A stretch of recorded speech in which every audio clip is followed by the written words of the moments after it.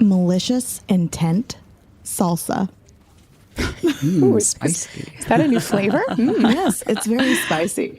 So I've been pretty vocal the last 4 years I've been on socials that I'm not a huge fan of office potlucks. And there's numerous reasons why, but I would say the main reason is my husband is an executive chef. And unfortunately, over the last, 15 years we've been together, I'm very knowledgeable about food safety standards from him. So the idea of like just knowing some people's like houses and how they prepare food. So I'm just like, I'll participate and I will bring store-bought cookies or soda or the plates.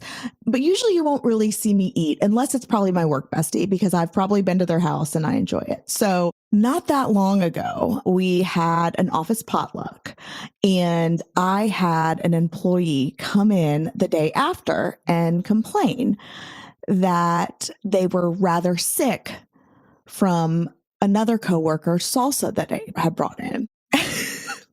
So spicy that they got very, very, very sick and was in the bathroom all night. That second level of detail is always one that you're like, okay. You know that burned. So shortly after that employee came in, I had another employee come in and complain also about the salsa.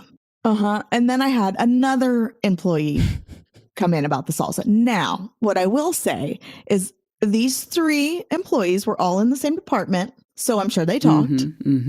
And I did know that there was some beef between one of the coworkers and the person who made the salsa.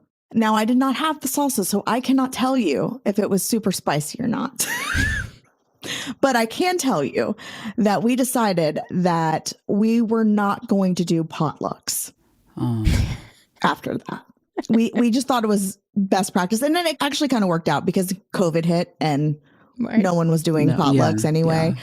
And we were doing more brought in catered food, but not potlucks. But yeah, I did ask a few people, my coworkers, if they found it spicy. They were fine. No one else had complained. Now I don't know if they drank like a gallon of it, but yeah, she complained it was malicious intent. Yeah, salsa. And it purposely got her sick. Oh, gosh. So I was going to ask if you kind of did a little, informal investigating. Yes, definitely an informal. Yeah, I know, right? You didn't take it to the lab, right? Did you have diarrhea today? You didn't take fecal samples to the lab or anything. Yeah, I didn't send right, out exactly. a survey monkey with, did you eat the salsa? Did you shit your brains out last night? Was it hot? Did you shit your pants? Did you have the chicken or the fish? If anybody gets that reference, I salute you. So my mind went to, it wasn't laxative laced, right? Like they didn't put anything in there. No, Okay. it was not. Okay. It was not. I mean, 2 things. One is someone is homemaking salsa. Like if Leigh told me that, like in San Antonio, I may be like, okay, maybe that's a Texas thing. That's really going above and beyond. I mean, I'd buy some Tostitos, on my way into work and call it a day. But homemaking salsa, I've certainly never done that. Salsa's pretty easy to make. Okay, well. That's a little next level, though. I mean, depending on what type. But I'm just saying that is a lot of labor, like especially if you're burning your peppers on the stove and stuff, you're gas firing them. And then you have to blend them. And then, so it's a little effort, I mean... And it wasn't a salsa competition or anything, right? Just a potluck. No, it was not. Or like a chili cook-off. Oh, God, those are bad, too. We've hosted one of those before. But here's my thing is saying it was hot. What, like the delayed complaint? Yeah, like, didn't they notice at the time? Like, that's the spicy and unexpected. They just kept going back. Exactly. Well, apparently it was from the shits. Is why they complained the next day to me. And they only had the salsa, or did something else give them the shits? Like a potluck from work. Exactly. Like, let's be honest. Lord only knows. Plus, I can be a picky eater too. So like, that's why I'm not a huge potluck gal. I'll go in there, I'll socialize, I'll sit down at the table, but like, I didn't try the salsa. Though I kind of wish I would have now. Oh, I know. Just to see how hot. Just to test your you are a masochist. I mean, the road to hell is absolutely paved with office potlucks. Oh, God, yes. Absolutely. This is totally giving buying coffee from McDonald's and suing them because it's hot. Like, I don't... You know what I mean? Like, you're going, it's hot sauce. I love the text chain they probably had to be like, I'm going to go tell Jamie. I'm going to talk to Jamie in the morning. But like, again, if you are in HR, every single time you do anything that you're trying to do to create that engagement that you're tasked with creating, from a holiday party to a potluck, like we're trying to create this community, block out your calendar, half day, full day, multi-day, depending on the event. And just know that informal or formal investigation is coming, because that is the dessert of every office potluck or thing. It is HR's sweet investigation. Damn. Someone's going to tell you about their ring of fire. You know what I mean? It's that time of the year. Your vacation is coming up. You can already hear the beach waves, feel the warm breeze, relax, and think about work. You really, really want it all to work out while you're away. Monday.com gives you and the team that peace of mind. When all work is on one platform and everyone's in sync, things just flow. Wherever you are, tap the banner to go to Monday.com. Cool shoes. My brother would love those. Ooh, I don't share my sources. Well, I just found them using Circle to search with Google on my new Samsung Galaxy Z Fold 6. What? And I texted them to my brother on the other side of this massive screen. Where did you get that phone? Lucky for you, I don't gatekeep my sources. Tell them. Get your own Galaxy Z Fold 6 now at Samsung.com. Requires internet connection. Results may vary by uniqueness, clarity, and framing of circled image and related factors. Well, on that note, shall we kick off our meeting, ladies? It is time to start. I have a hard stop. Oh, of course you do, Jamie. We're starting the meeting, trying to have this pleasant, and there's Jamie looking for us to end it. Come on, girl. It's because she had some of that salsa, so she's got she's on borrowed time over here. Oh, gosh. But first things first, we are going to jump into our Cringe corporate speak, and today that's going to be brought to us by Ashley. She's got the onus for that. And then we are going to pivot into our meeting hot salsa topic today, which is all about, hey, someone just quit. Now what? What happens next, right? When someone resigns in your organization, what should happen? All right, so we're going to dive into that. And then, of course, per usual, we will shift into questions and comments and open the floor before we take that hard stop. All right, Ashley, over to you. Well, when you have something hot, you may be trying to think of what you can have to temper it down a little bit, and you may think of milk, but something else maybe is juice, and maybe the juice isn't worth the squeeze. Oh, that's a classic. Have you all ever heard this in the workplace? Yes, absolutely. I'm guilty of it too. God, I just used it this morning. Oh, you say that? I am too. That's why I'm like, oh my sometimes gosh. you gotta, give yourself a 360 performance review. It means giving yourself one sometimes. So how'd you use it, Jay? Well, actually, it was when we were talking about something based on our business, which is the HR Besties pod, and we were talking about how oh my gosh, some analytics, and the juice just really wasn't worth the squeeze. It wasn't worth it to continue going on with something that we were doing. So yeah, just to clarify, it wasn't the show. No, it wasn't. No, it wasn't. Never. No, it wasn't the show. The show will could. Yeah. It sounds all vague and like ominous, but just an admin thing, Hey, the juice ain't worth the squeeze. All that effort. Oh man. And what it means is basically exactly. It's not like what you're going to get out of it isn't worth the effort, but it sounds kind of funny to me. Yeah, it's better than saying ROI or something all technical, right? I mean, juice is cute. Well, let me ask you this. When you have juice, do you drink it get the Tropicana, Simply, whatever, your bottled juice, or do you get fresh squeezed juice? I don't drink juice. Yeah, I don't really drink juice either. But I mean, I don't have a juicer, you know what I mean? So I can't. Yeah, that's kind of what I mean. I used to juice. I've had a juicer. I bought Me them too. I bought them. They've lived inside that box, and then I've sold them at a yard sale for about 15% of the price for my usual. Mm-hmm. But wait, what do you drink? Water. Iced tea, water. Yeah. Gatorade Zeros. Oh, yeah, I do. I actually do know what you all drink because I've had you come to my house and you've never asked me to have juice. No, well, I drink a gallon of water a day. I'll drink a cup of coffee in the morning. And then if I'm feeling frisky, I'll have a White Claw, which is also water. Right. Protein drinks. That counts as juice. That's juice. That's my mommy juice.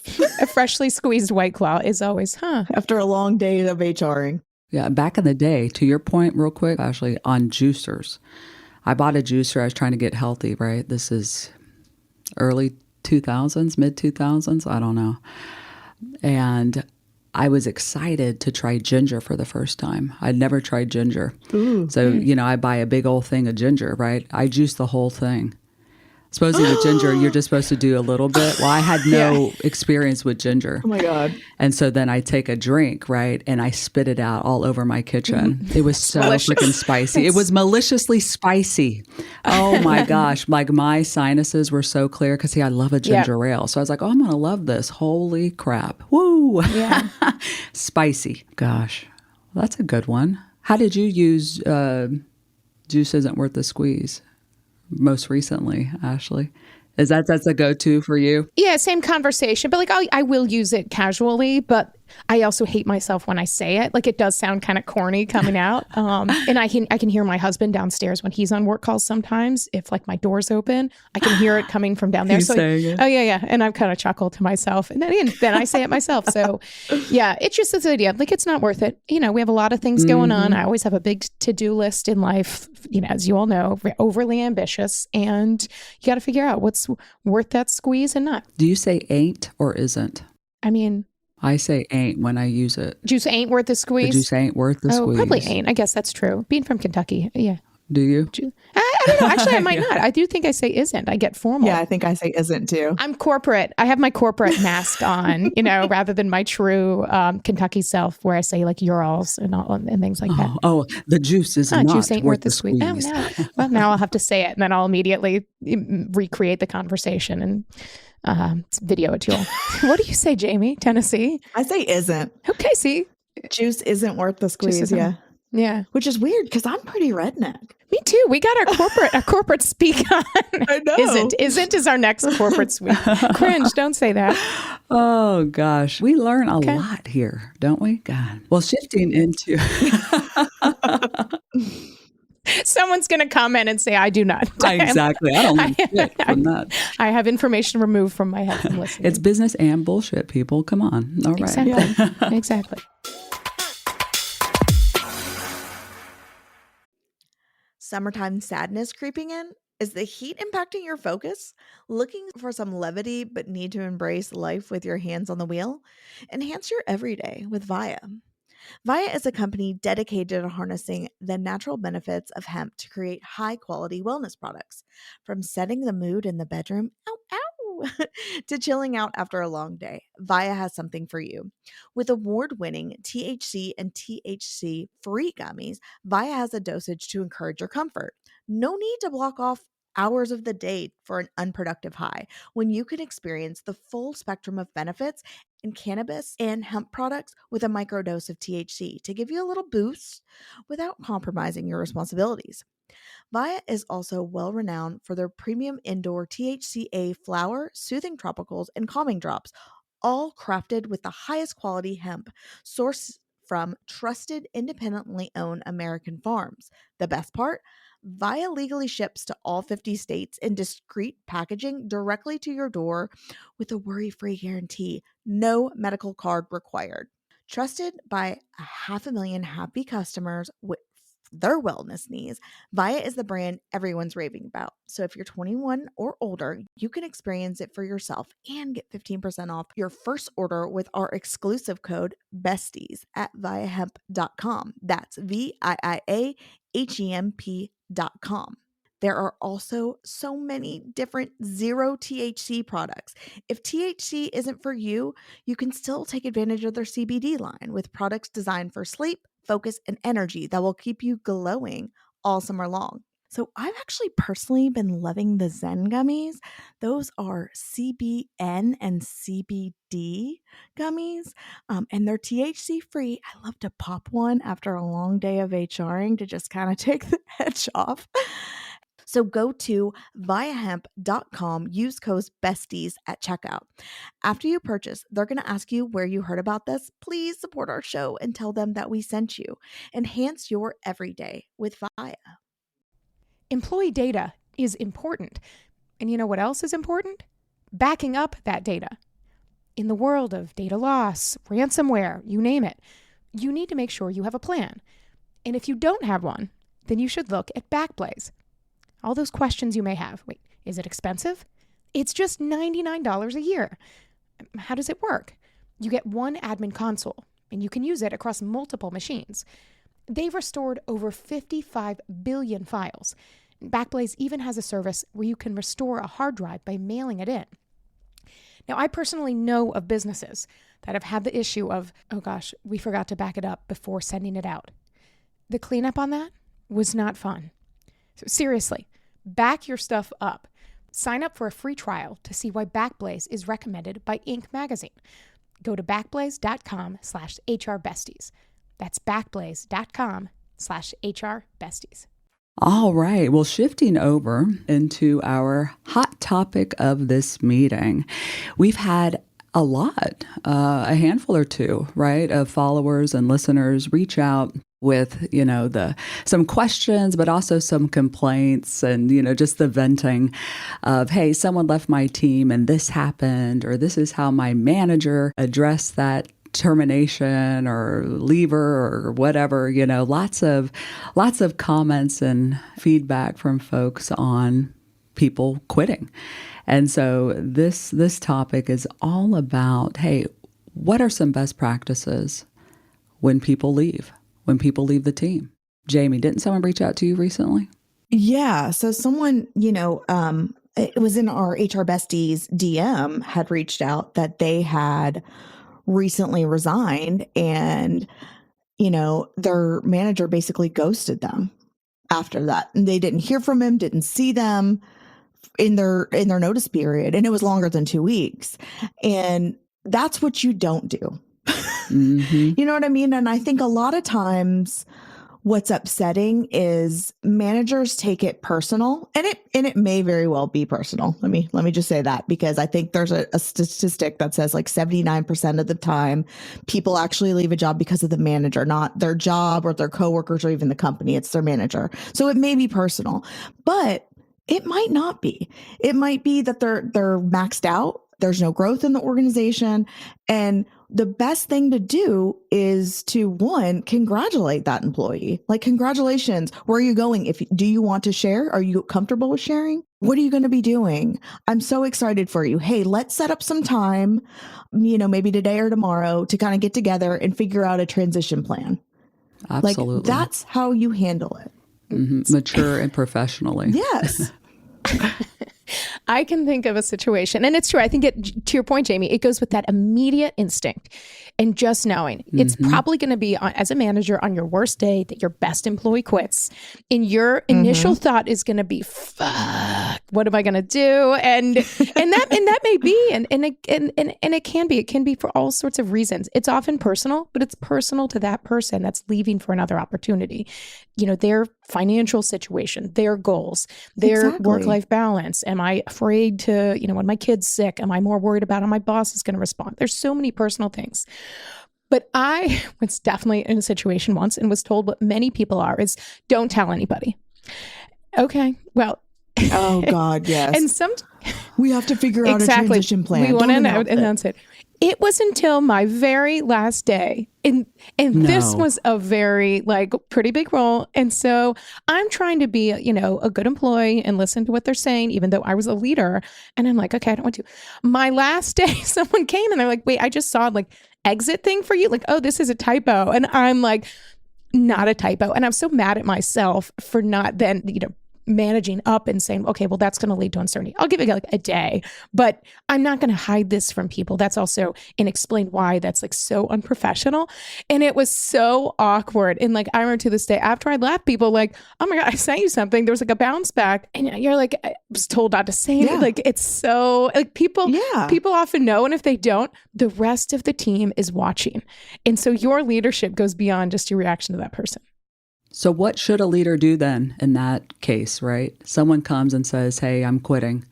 From a communication standpoint, like, what's the best practice? I do think it's important to have a transition plan. However, I do not think that people expect that immediately. I don't think, other employees, like if you learn someone in a leadership role, we're not going to figure it all out right away, right?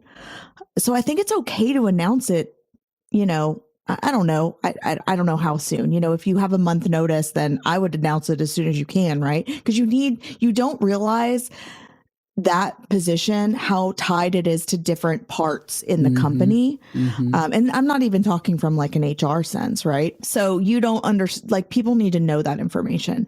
I understand that it's important to have a transition plan, and some people would prefer that. Like I know, at a company recently, they did not want to announce it till they had a full plan.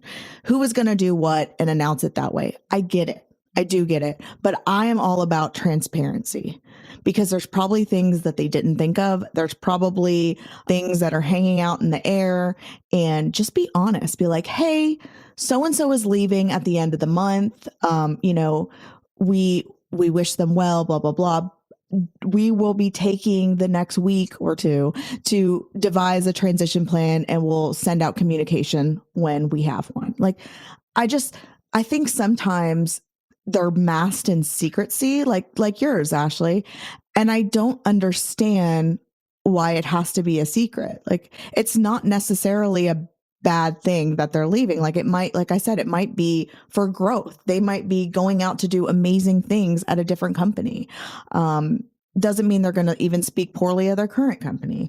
They might hate their fucking manager, but, empower them, and show them the proper way of leaving the company, and not getting bounce back emails and then getting a text being like, oh, you left? I didn't even know you left. Yeah. For me, transition plan to me means the transition of the work of the leaver to whoever else in the organization, right? So there's that piece of it. Like, what are we going to do? We're going to backfill this job. What decisions are we going to make about this? Does something get absorbed somewhere? Do we ship this work, right? Do we even need all those questions around it when somebody leaves, right? But it's about the work and the task. But then there's also the communication plan. And so to your point, I hate it when an organization wants to, just keep it kind of in the dark, right? Because 9 times out of 10, the person leaving, they're actually excited. Like, they're ready for that next role. They want to share this. They want to get it out. They want to start their transition of their work even, right? They want to start clearing the plate and all of that. And so what makes the most sense, and what I've seen as a best practice, is, a leader saying, okay, well, from a formal written communication standpoint, that can come later, right? That can come a couple days before you leave, whatever. But if we are comfortable, let's have a team meeting with a department, right? Let's share it on our next team call. Let's have a quick 15-minute stand-up meeting, depending on whatever your position is and level, to announce it to your peers and colleagues that you work closest with. And that is a sign of respect. I mean, so your leader should know, your HR should know, but then that leader should take it upon themselves to be like, hey, leaver, you're comfortable now sharing this. We're on the same page. A day or two has passed. We're good. You're for sure leaving. Okay, let's have a team call so that we can, share it with your closest colleagues in our department and our team, and just so everyone's on that same page. And again, it doesn't have to be written. I wouldn't put it in writing, but I think that is, a sign of respect to the people that you've been working closest with. And again, that should be the leader coming in and saying that, hey, my staff meeting's tomorrow, or if you're comfortable, I'd love to announce that you're leaving, right? Well, and I think one of the good points, because and Leigh, you've used the term "whiffing" before. What's in it for me? Everybody at an organization, that's their concern at the end of the day. What's in it for me? And that's a good thing, because that means, if you think more about their perspective and the questions they're going to have, then you can proactively answer those. So great, shift that mindset. But this aspect of communicating in the transition plan, one question is, if we keep in the dark until we have this plan, well, who's deciding that? And are you including those individuals, including those direct reports, those colleagues? Because if someone's resigning, first of all, often people already know. Everybody's talking about it and they're like having a side bet to be like, when are they actually going to tell us what we already know? But it's also, if you then announce this plan, then you hopefully have talked to the people that it will directly impact, meaning people that will take on work or people that will take a role. That happening is better than not having those conversations, because at times that does happen. And they're like, we're going to spread the work on the team. And the team's like, I'm sorry, you're going to do what? We have not had this conversation yet. But one question is, if you announce it before you have a plan, you can get that input. You may have someone raise their hand and say, hey, I'm interested in this. I have, and that can have those opportunities. So having that immediate communication about this, we're figuring out if you have an interest, if you have questions, let's talk about it, getting the input and having the plan. So when that plan comes about, people aren't surprised, because the person you may think is going to fill in this role, they may be interviewing elsewhere and they're going to resign 2 weeks later. And all of a sudden you're like, well, shit, I didn't know that. Well, if you'd opened up the process a bit more, they may not have raised their hand for it. And so I think it's just, there are a lot of benefits to being transparent, even when your plans aren't clear. In the absence of information, people are going to fill it in. So if you're a leader listening to this, you want to show what your position is about that person leaving. You want to say, God, so-and-so is leaving. We wish him or her the absolute best moving forward. What a testament to their development here and their experience that they now are taking on this other type of job or work. Like, kudos, right? And we are going to figure it out together. I don't have answers today. See, and I think that's why that conversation doesn't happen a lot, is because there's this idea that as managers or leaders, we have to know everything all the time. And so many, I'd say the majority from just my experience coaching leaders, they are very uncomfortable. Leaders and managers are very uncomfortable expressing that they don't have an answer to something. And that's just being human. That's just, I mean, that is just humane. Are you kidding me? I do that shit all the time. I'm like, I don't know, but let me find out. Exactly. It's totally fine. Exactly. And I'm totally comfortable with that. And you do not look like an idiot. You look like an honest, genuine, real, authentic person when you do that. So standing up in a meeting with your people, you get a lot of bonus points, actually, when you can say, gosh, I do not know what the transition plan is next. We are going to figure it out. But what's important is that you know that so-and-so is moving on. Kudos to them. And I'm cool with it. Right? That's what you're expressing. Like, I'm supportive, and I would be supportive to all of you all in your growth as well. And that goes such a long way.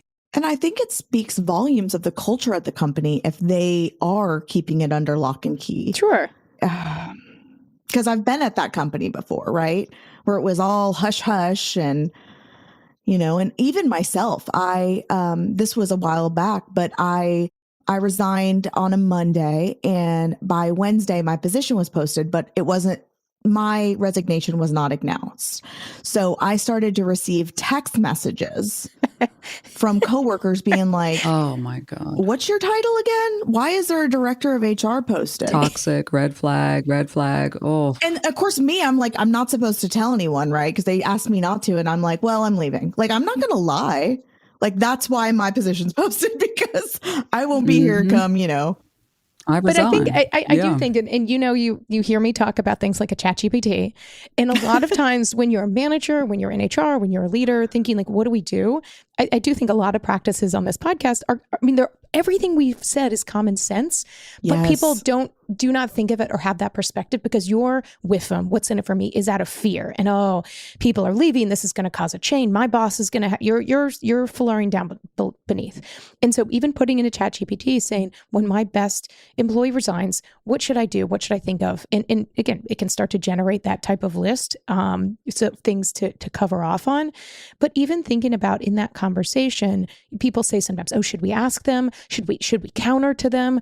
I generally don't see that being successful, because when you're telling that person you're only going to get a raise or a promotion because you quit, that can be a short-term Band-Aid. And there's not to say there haven't been times where that does work out for the best, but often there's going to be that lingering resentment, and they're going to be gone, at some point in the future.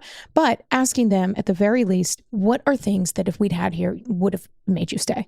And really thinking about what you can control, what you can influence, and having that, and really having that genuine reflection can help it not feel like such a gut punch in the future. Yeah.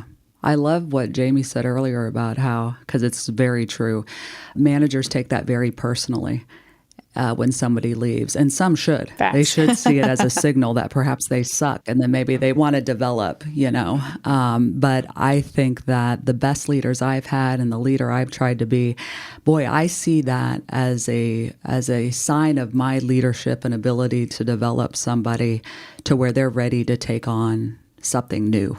Right. So, I mean, if you shift your perspective as a leader and when your best person leaves, congratulate them, buy cake, right? Throw them a happy hour, do whatever you can, congratulate someone walking out the door because people, again, what is that adage? I suck at adages, but people rarely remember like your actions or what you say, but they remember how you make them feel. And that is so true. And so showing that support in that way, gosh, that is a true sign of a leader. And then for me, as a leader, I should not be scared or worried about the what's next. I should see it as an opportunity. Oh, wow, this role that has had someone in it for 10 years now is open. What do I want to do with that work?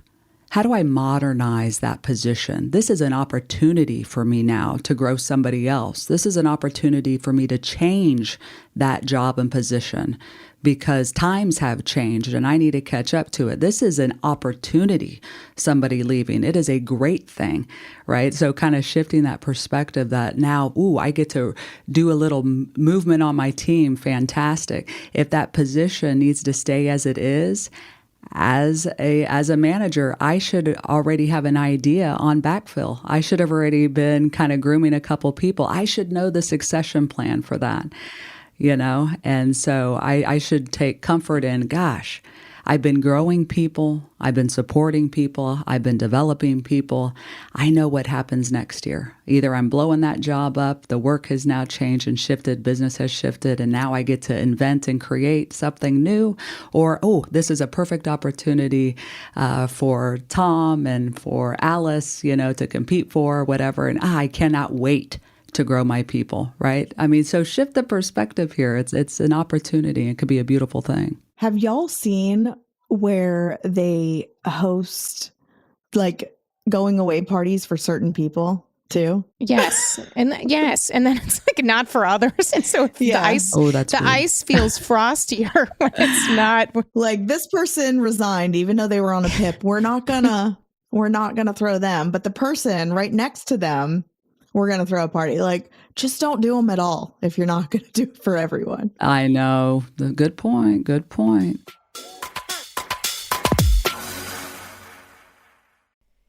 Shifting my wardrobe from summer to fall is always a challenge. But luckily, Quint is there with high-quality items, so I can freshen up my wardrobe without blowing my budget. I've had friends say, "Ooh, wait, do you really like Quint?" And I say, yes. And they're supporters of HR Besties. So why do I like them? Like, if you're thinking fall, they have gorgeous cashmere sweaters from $50, pants for every occasion, cute shirts that I can wear for work and after work, and so much more. And the best part, all Quint items are priced 50 to 80% less than similar brands. By partnering directly with top factories, Quint cuts the cost out of the middleman and passes the savings on to us. And Quint only works with factories that use safe, ethical, and responsible manufacturing practices and premium fabrics and finishes. I love that.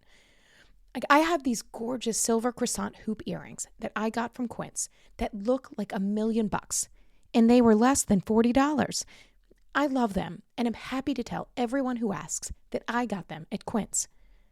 Make switching seasons a breeze with Quint's high-quality closet essentials. Go to quince.com/HRBesties for free shipping on your order and 365-day returns.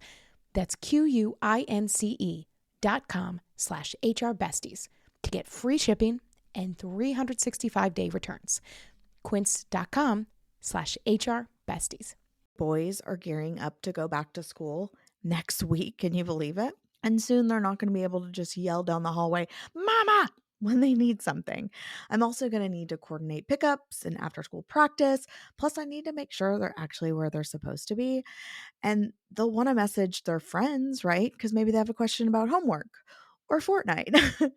And it makes sense that I want my kids to have the same tech as I do. But when I think about all the stuff that they could access on a smartphone, that's not good for them. That's why I want to tell you about Gab's back to school sale. Gab is the leader in safe smartphones and watches for kids, teens, and tweens. With no social media apps, no internet browser, and GPS tracking, Gab devices were built from the ground up specifically for kids and teens and are a way to keep your kids safely connected. And Gab phones and watches are still tech kids actually want. The Gab Music app for streaming clean music, and hundreds of third-party apps that can be installed at parents' discretion. Kids also get unlimited talk and text with Gab Messenger, the first messaging and video calling app designed with kids' safety as the top priority. Gab Messenger blocks high-risk messages and content with nudity from ever reaching your child's phone. This app is an exclusive to Gab phones and has a parent companion app for easy controls and to keep parents informed.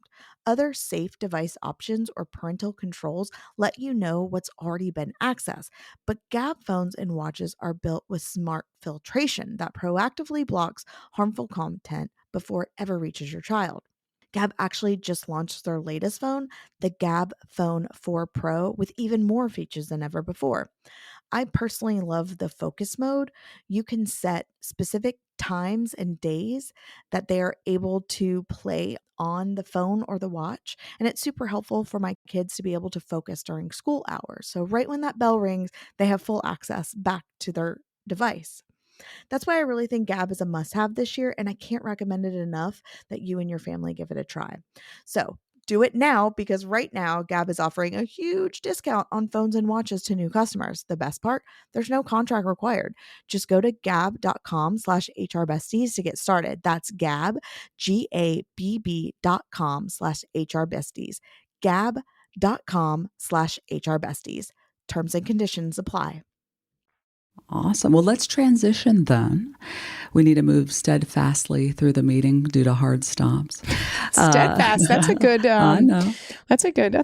Boy, did you use? Wait, you're talking too. You couldn't even use the Microsoft Word left click, right click, whatever thesaurus for that. I do use big words. But any questions or comments to close this meeting out? I have a question. Please. If we were to have a potluck, what would your go-to dish be? Okay. Derby pie. Ooh. Although I can't call it a Derby pie because that's trademarked. So you'll see it called a Pegasus pie or things like that. But it's like what is that? So it's like it's for the Kentucky Derby. It's like flour, sugar, chocolate chips, pecans, some bourbon, maybe. Yeah, it's call like Jackson pies here. Okay, yeah. See that it's like people call it different things, Yeah, but it's a classic. It's like Yummy. a mix between a cookie pie and a pecan pie. It's delicious. I've made it and have people give the recipe. My dad makes really great ones, and so I've made it and been requested to give that recipe. Go to. Okay, well, next time in Atlanta, you're making us Derby pie. I will for sure. Pegasus. Don't Pegasus. HR Besties pie. There you go. HR Besties pie. I like that. Leigh, what about you? Well, it depends on how much I enjoy that job and the people within it. Okay, if it was an HR Besties only potluck, how about that? Oh, homemade. Well, this is about to be very challenging. She's going to be like, I know. store-bought salsa. Yeah, I was about to say store-bought cookies. You know, the sugar cookies with the frosting? Yeah. Well, I was going to say, so I'm a cookie baker. Yes. I have all the equipment, so I could make some really badass, like I could do our logo and stuff and flood get it all nice, like HR Besties. I just learned that about Leigh. Wow. Yeah. So I do enjoy doing that. I always do that around the holidays and whatnot, So I could make that, but then from a main dish perspective, I'd probably make y'all like a chicken mole or spicy green chicken. Creamy enchiladas, like, something like puro like that, tamales during Christmas. Pure. Oh, yes. I know. Yeah. Next time in San Antonio. I would bring the Taco Bell. It's my main. Maybe chicken littles from KFC, also a favorite. Jamie? So obviously, yes, my husband is a chef, but I really do enjoy cooking and baking. And so I have 2 dishes that I would probably bring. One of them is what I call my famous baked ziti. I've perfected it over the last couple of years. It's a funny story. In college, in one of my HR classes, we had to do an instructional video. Aww. And I did it of baking the ziti. And I got an A on it. I was the only one who got an A too. But anyway, humble brag. I would do that, or I really I have it on DVD, guys. Okay. I had to make a DVD. This was like in 2004. I had to like go to the library and use iMovie before I even knew what iMovie was. Anyway, so and then my second one would be my chili. My husband likes my chili, and that's kind of like a seal of approval for me. So, if his chef likes it, then it must be good. Yeah, if the chef likes it, he also does like my ziti too. So I call it my famous baked ziti. Like that is this. Own it. Yeah, because that's what. So my maiden name is Froelich. So on the DVD, it's Mrs. Froelich's famous baked ziti. Ooh, damn, all formal. So that's what in 2004 when I made the DVD for my class, I still call it all formal. What do you got, Ashley? Any question or comment? Jamie's story just like made me remember when I was in law school, I got the highest grade in the class in 2 classes. One was an employment law class. So good. I won the award for my graduating law school for performance and employment law classes overall. But the other was a class called Real Criminal Justice, REEL, and it was all about movies. This is like totally the kind of class I would like, go to. And I became a teaching instructor for that class and taught people how to use iMovie and take clips from movies to put them together for these presentations. I loved this professor. He passed too soon, and I got to give the eulogy during law school at his funeral. Oh, Mel Gutterman, he was the best. But we had to talk about our topic, and I was like, I want to do John Grisham movies, and so I did like clips from John Grisham movies and things like criminal. He would talk to me, would have our meetings, and he would talk about Grisham as if it were like Socrates. He'd be like, "Well, Grisham says," and like it was such like. But it's funny because now I didn't even think about that. Now a lot of what I do is like HR things and video, and so that my law school actually did help me in some ways. That is so cool. So, man, I love some iMovie. Oh gosh. I remember like crying in the stacks at Hodges Library because I was like, I don't understand how to do this. See, I would have made it real fun. I would have been like, Jamie, don't cry, Miss Froelich. We'll sit and show you how to splice these clips and all the skills that I need one day in my professional career. Man, that's crazy. All right, Leigh. Well, not a question, but a quick comment. I have had a few jobs that I've left, and upon leaving, like I was gifted so many things, flowers, like framed, photos. Everyone signed the mat sort of things. I probably have like 6 of those. And parties, happy hours, like you name it, right? Just people kind of road showing me goodbye and whatnot. And those last days of those roles were the best and most appreciated that I had ever felt in that job. You felt, yep. And what a shame, right? So that's kind of my comment there as I reflect back. Be the type of manager or leader where when somebody does leave, they feel the same amount of appreciation on that last day as they do on the first. So as I reflect, those were beautiful. And my teammates, gosh, they were just heartbroken, right? To miss out on future comedy, I'm sure, and the personality hire in the team. But now they listen. Now they just listen. Exactly. That's it. It's a one-way relationship now. Sorry. But it meant so much to me. Yeah. I felt, like I said, so loved, and it was so warm. And oh gosh, that's how I wish everyone could leave a position. But when I reflect, I'm like, damn, I wish I would have never looked had I felt appreciated throughout the role. It's a damn shame. It is a damn shame. And it's like, man, the juice just wasn't worth the squeeze. That's what I was about to say. God. You two are so good. So good. Oh, gosh. Well, on that note, TLDR, don't be a dick when somebody leaves, basically. You know what I mean? Because you don't want to be treated ugly when you leave, right? No. No, just think if people can just ask that. I mean, the other TLDR for our whole podcast, think about how you'd want yourself to be treated or a loved one and do that. And there we go. That's our podcast in about 37 seconds. Right. But just keep listening anyway. All right. Well, that's all we had. Jamie's got that hard stop. She had the salsa. Jamie's the one who's like got one butt cheek off the chair at the end of that meeting. Someone's still talking, and she's doing the hover lift. Yeah. Anyway, next time, let's circle back. Okay. Oh gosh. Thank you so much, Besties. We appreciate you. As always, please like, follow, and share.